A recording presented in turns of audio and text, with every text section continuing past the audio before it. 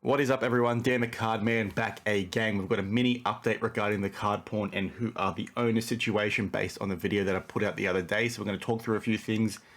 Specifically, I've had some discussions with reps from Jeff Wilson, Sports Card Investor. One of them left a comment on my video about Cardporn, basically disputing that they are not associated with Cardporn in any way, shape, or form, which in my opinion makes a lot of sense.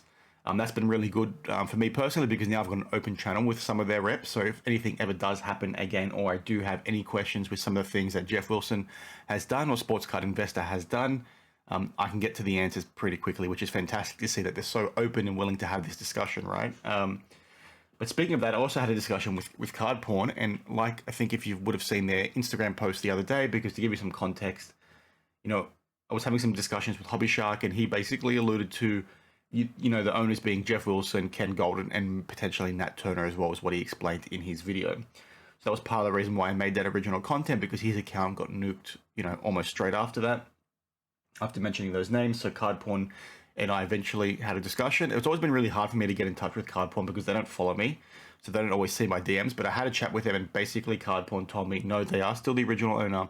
They've never sold their account, and they've never taken any money or received any benefit for anything that they've posted in the past, including things they have not posted. Which I guess was good for them to say. How much of that I believe, I don't know, but I have to take their word for it, right? But there's a few things that have happened in the past that lead me to believe that, okay, maybe they're not taking money for things or anything like that, but there appears to be some kind of, independence issue there. There's some bias in the sense of what they're trying to approach. Now, this owner, if it is still the original owner, is very clearly friends with some of these high up people, right? Because this individual was there when, Ken Golden was breaking that box of 86 Fleer with Drake, right? You could hear him in the background. There's a few other things that have happened in the past as well with regards to them maybe having a relationship with the people from, Card Ladder, with the people from, PSA, with Nat Turner. So at a minimum, when you do look at their page, in my opinion, it looks as though there is a clear bias towards not always reporting on the hanky panky when it comes to those businesses. Yes, they do call them out, but like I said in my video the other day, it does appear that there is less of it when it comes to certain people. It doesn't come anywhere near as hard when it comes to certain people. They go after some companies very, very aggressively, but not always for the other side of things as well. And what I found a bit interesting in this situation is that, we've had these questions around Nat Turner's PSA 10s for going on 5 or 6 days, okay? And it's been going on longer than that, but basically, if you were on Instagram, the whole hobby was talking about this. People were making memes, people were talking about it. I made videos on it, which then flagged other people to make videos on it. Yet, Cardporn didn't say a peep until after we had the discussion. There was all these accusations around, their independence as a user. So from that perspective, they could turn around and say, you know what, we didn't post it because for whatever reason we don't have an obligation to post things, right? Maybe there's a reason why they didn't post it, but then they got all this heat, so they posted it just to show that they don't have an independence issue, they don't have a bias. But at the same time, that does look a bit interesting, right? So let's see how they approach things again moving forward. As I said on the video the other day, I still have a firm belief that Cardporn's sentiment has changed, right? And they're well within their rights to change their approach to content creation if they want. But if you check out, their posts over the last 6 months compared to what it was 12, 18 months ago, there is a distinct difference in how aggressive they are with calling out some companies. Now, again, they might say there's no bias, we haven't taken any money or anything like that. But if they're friends with these people, like they're friends with Ken Golden, they're friends with Nat Turner, they're friends with PSA, they're friends with people from Card Ladder, or they're friends from people with HGA, all these other companies, right? And they're not openly disclosing that sort of stuff. And again, from their perspective, they might say we don't need to.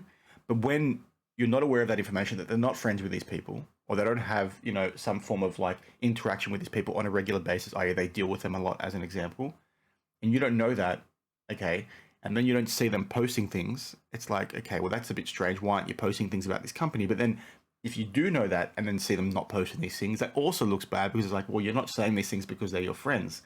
But at least, like I say all the time, disclosure and independence and the threat to that independence and the perception that the market has is everything, okay? If you've got that relationship, say it up front, right? Because then at least it's going to disclose to people, okay, well, maybe that's the reason why you're not saying anything, because they're your friend. Or maybe that's the reason why you don't look into those things all the time. Again, they position themselves as being the watchdog, so that shouldn't matter whether they're friends or not. But I think you guys get what I'm trying to say. It's just a weird picture when they've got such a huge following and they don't appear to be as aggressively chasing certain issues as they do with others. And then you hear things like this, these rumored things, these allegations. It's just a bit strange in my opinion. And that goes to what somebody left in my comment down on the previous video. They basically said to me, you know what, Daniel, like Cardporn are not selling any products. Why? They're not selling any services. Why is this an issue? The issue is, like I just said, if they're friends with these people, if they have business relationships in the background with these people, which they've said they don't, or if they've dealt with these people in the past, they buy and sell cards, they're very clearly friends with the people from like Golden Auction, right? Because they were at the break. So you've got all these, you know, things happening in the background. So if they're friends, as an example, with Nat Turner and PSA, and they're good friends, so much so that they choose not to post all the issues with PSA because they don't want to upset their friend, as an example. Okay, I'm not saying that's what's happening, but you know, the perception is there. So that's what we're saying is what's happening in this example. They don't post things, then you as a user see, okay, well, they're hating on HGA and SGC for all these issues. I'm going to go with PSA because there's no problems, right? And then all of a sudden, because this main watchdog that's your only source of information within the hobby, which would be really silly of you in the first place to only trust things from one person, you know, you then use PSA and you get burned. Like you've seen some of these issues with PSA in the last couple of weeks, right? Let alone like what we've spoken about on this channel over the last 18 months. So you then do that and then you get burned as a person, or you get burned as a collector, or they say to you, use XYZ service or don't use XYZ service, don't use SGC, don't use HGA, don't use these auction houses, don't use PWCC, use Ken Gold and all these sorts of things, right? And then you get funneled into using certain things that, you know, you think they're telling you because they are actually fantastic service offerings, but then in the end, it turns out, you know what, they're friends with those people. And again, I'm not saying that is what's happening, but the perception looks like that, right? And that's where the risk is. So to that person that left that comment around, okay, well, they're not doing a service, they're not selling a product. How is that bad? Well, if you've got people that have relationships in the background and you know they've not disclosed those and you're not aware, and they're saying or implying to you that certain businesses are better than others, and then you use those businesses and then you get burned as a customer, that's not okay. That's still manipulation, in my opinion. And yes, like all these companies have issues, but that's the point, right? That's the point. You need to call them all out evenly. Not the sense that you've said 3 things for PSA or you've said 3 things for SGC, so now you need to say 3 things for PSA. It's like, no, when something comes up, call it out. Because like I say all the time, all these grading companies are just as bad as each other, right? Most of these businesses are just as bad as each other. The reason why you're seeing things more and more from PSA is just because of volume, in my opinion. That's the point, right? That's the risk. That's where you have the independence issue. That's why things need to be disclosed. That's where the risk comes. Even though they're not selling you a product, you could still be exposed to getting some form of manipulation put on you, or you know, some form of error, or wasting your money, losing your money, so on and so forth. The other thing I did want to say is Hobby Shark is basically where all this information did come from. He's doing an Instagram live today, or a YouTube live, I should say. So please keep an eye out. If you're not following him on Instagram, please check him out, because there is a lot of information right now in his story regarding that he still believes the owner of Cardporn has changed, or has, you know, some relationship with some people. He's got a lot of information apparently. I'm not going to share it all now. I have been privy to some of it, and again, it looks very compelling in my opinion, but again, wait to see what he has to say in his YouTube live, because he's in the detail, not me. I can only go off what Cardporn have told me. Again, I'll reiterate, Cardporn have said it's still the original owner. They've never received any money to not post things or to post things, and they've got no benefits associated with anybody, no relationships like that prevents their account from acting independently. Jeff Wilson's rep also again did say that they're not associated with that account in any way, shape or form, which I have a firm belief with, and I will agree with that, because I did find the Jeff Wilson relationship a little bit strange. But again, let's see what Hobby Shark has to say. Now, most of this content was going to be in my weekly news video that drops tomorrow. The reason why I'm posting it today is because I just want to get it all done in one video for you all to, you know, be aware of, make those corrections from my video from the other day, and then, you know, make up your own mind. Just keep an eye out for Hobby Shark's video later today, because that's key. That's going to give you a lot of information, in my opinion.